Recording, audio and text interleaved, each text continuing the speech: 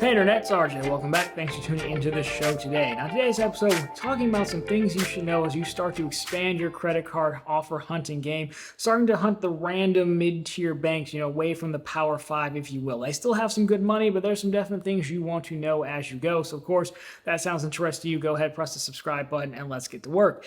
Now, what are we talking about? Well, a lot of us go after intro offers for cards. That's not uncommon.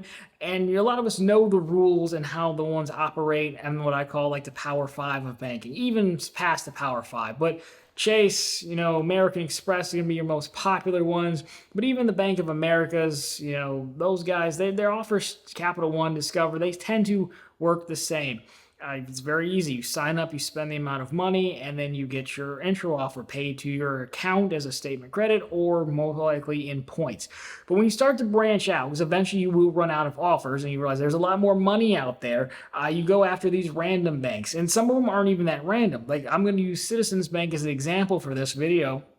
Citizens is a regional bank, but they're still really big on the Midwest to Eastern Coast. They've expanded since they made an acquisition of, I think, Investors Bank a while back. But anyhow, when you go after these card offers, they still have money, but there's some things you kind of have to deal with and understand. So in no particular order, this is kind of my journey going through this Citizens card. So this was a Citizens business card that I opened. I actually did a whole video on my journey opening the business checking account and the credit card together a while back, but anyways, the offer right here, I'll put it on screen for you, is to spend $5,000 on this business card and you'll get $325 back, just like that.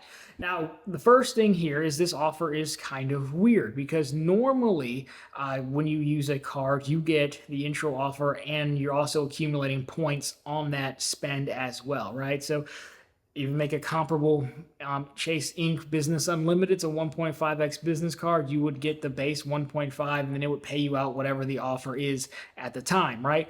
Well, this one, if you go through the fine print, what you realize is while it does earn points, I think it is 1.5 on everything, you get the first $5,000 of spend is dedicated to that promotional offer.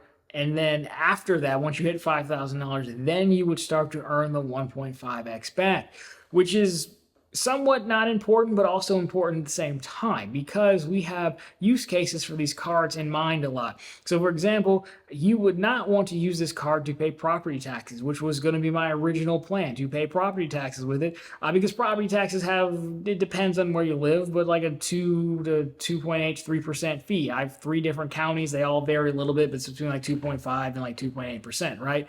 Which isn't terrible, but like it's normally offset a little bit by, your underlying multiplier. So even if you're getting 1.5% back, well, it about cuts it in half, makes it that much more manageable. But if you don't have that multiplier to cut down the 3% fee, well, that's going to be a big hit, especially when you're only getting $325 from the offer. So it's just something to be aware of. This is also the first time I've seen this, so I wouldn't necessarily say this is like every card operates this way, but it's again, we're talking about random cards at mid-tier banks. They're a little bit weird. Number 2 with this card, which is very strange, is you look at the points total. I actually earned for a little over 5. I think it was a 5,500 in spend. I actually earned like 60,000 points, 66,250 points and some change. But it actually only cashed out at like a 300. It would have been $330 if I could cash out the whole thing. We'll talk about that in a little bit. So the points value is another thing you want to check out. PNC is notorious for this. A few of their cards, like the Cash Rewards, and they have a new 2% card. Those are fine, but they're notorious for having like these cards that like, this earns a ton of points. And then you find the calculation, like, oh, it's like not actually converting the 1-to-1 the way you would think it was. So you still have to look out for their conversions and how they're redeeming points and things like that. The other thing, the thing that got me talking about the entire video, was how to redeem the points. I just got off the phone and it took me probably like a good 45 minutes to an hour to get this sorted out. So what you'll find is that, again, Chase, American Express, Citi, those guys, you can log into the portal and everything is right there. You do just about everything you need, redemptions. Sometimes it looks like Chase will send you to the Ultimate Rewards page, but like you're still in the Chase portal. You kind of didn't really go to another spot, right? So they all have variations of that, but it's still easy to find. Some of these places, the credit cards are kind of like an afterthought. Like Elan Credit would be a good example of this. But with Citizens, you go in and you go into your account and you choose, you can't see your credit card at all from the main view. So you go up to product or accounts and you choose credit card, and it takes you to this whole other page where you have to create a whole nother login for to manage your credit card because reasons. And then, but that's fine because I'm only going to use it once and I'm done with it, right? But then to redeem rewards, you have to go to another page. So I got 3 pages now, and create an account that way, and then you can redeem your points. Now, I've seen this user interface before. I've seen it at Huntington, but Huntington was still, it didn't make you leave and make a new profile. So it's kind of, again, speaking to the fact not every random bank operates this way. There's just some that integrate it better than others. Huntington still let me do it from internal. Like my Huntington business voice card, I can still change the category, and I haven't really left Huntington's page, right? But again, big banks, US Bank does have you for the longest time to choose your categories on the Cash Plus card. It was a different website entirely. So again, just examples as we go through here. But with Citizens, okay, so I'm finally at this page. I'm trying to register. I can't register, and so I had to phone in the phone number. I'm like, hey, look, it's not taking my account number. They try to transfer me. Of course, it does. It disconnects. I call back. It disconnects again. It's unfortunate. Customer service will never just call you back. So finally, we're arguing, we're not arguing, but the person on the other phone's like, well, I can't help you. It's probably not true. Like, it's not taking my account number. Like, well, you need the primary account number. This is it. But anyhow, I finally get to the point where I'm like, hey, look, it says I can redeem points over the phone with you. They're like, yeah, you can. I was like, great. Stop transferring me. Just redeem the points for me, because I'm never going to use, I didn't say this part. I was like, I'm never going to use this card again, so I don't really need to make this online portal, like whatever. I wanted to get more screenshots for this video and stuff. I was like, I don't care. Half of you people just tell me you listen to me anyways, which is great. At least you listen. At least you're here. So anyhow, then I had them cash out the points, and that's where we got to the, hey, you 66,500 some odd points. Came out to like, he was like, it would have been like $350 total. So like, okay, just cash them out. So well, we can't. I was like, what can I do? Like, run down the options. Like, can I do a statement credit? No. Okay. Can you mail me a check? He didn't really give me an answer on that one. I said, what we can do is we can deposit to a bank account.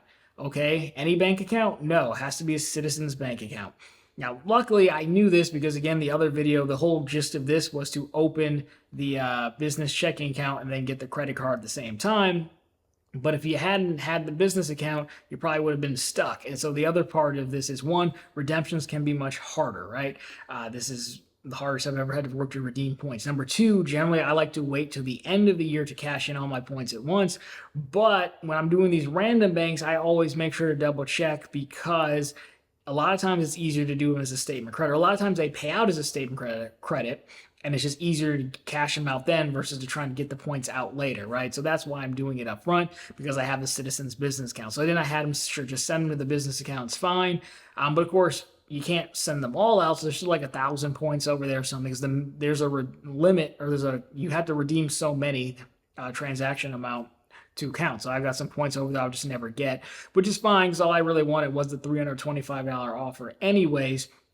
I just happened to actually overspend on it by like 500 and some change, like whatever, fine. Still got my $325. So again, points redemptions. Now again, US Bank is notorious for this as well. So again, it's not uncommon, not limited to random banks, but again, just something to be aware of. Also, where you can send points. Again, US Bank, famous for this as well. So again, it's not just limited to random banks, but just while you're chasing an offer, it helps to like make sure before, because I didn't want to pay off the balance of the card, figure out I could only do statement credits or something.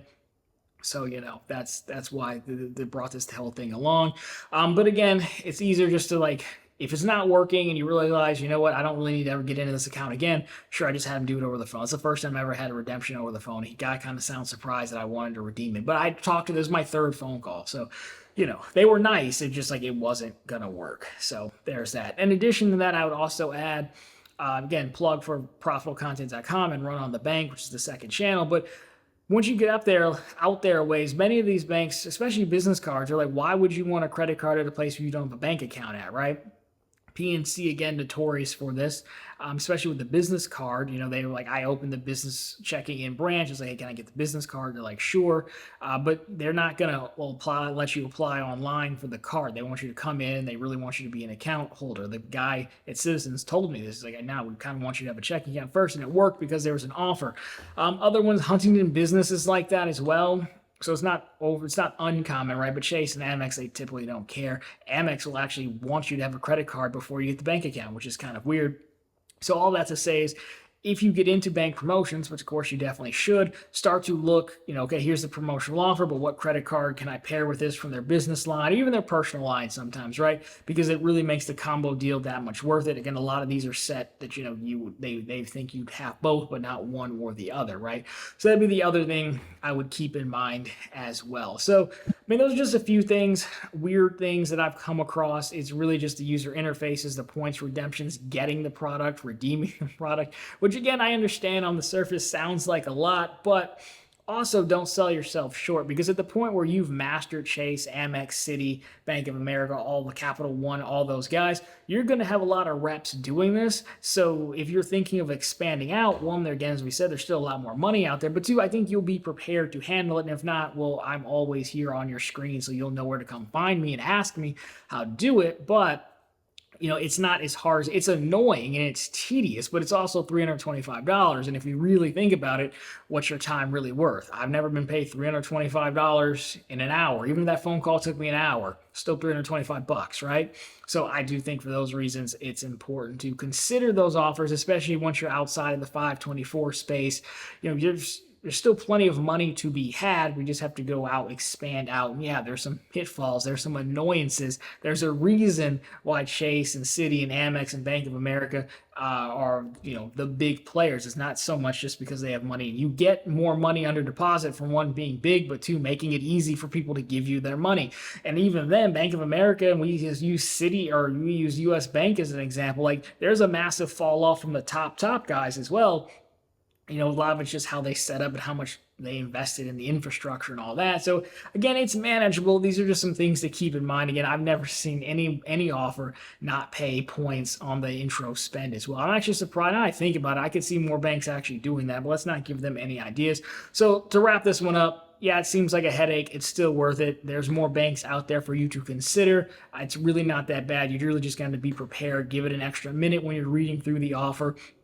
Things like that, understand how to get your points out efficiently so they don't end up stuck over there, and things like that. Of course, if you like this one, drop me a thumbs up down below. If you're not particularly interesting, consider subscribing to the channel. We're posting content just like this every single week. Of course, right back every Sunday with all the news you can use in the week that was in credit and finance. And every single day over on ProfitableContent.com, the channel's blog. We have the latest news stories. Of course, we have bank promotions where you'd find something like PNC or Citizens at and be able to go stack it with a credit card offer. And of course, we have the tried true blue chip credit cards as well, Chase, Amex, Capital One. So at least you won't get a headache going for those as well. Always linked down below for you. But anyways, guys, that's going to do it for this one. As always, thank you so much for watching. I'll talk to you very soon in the next one.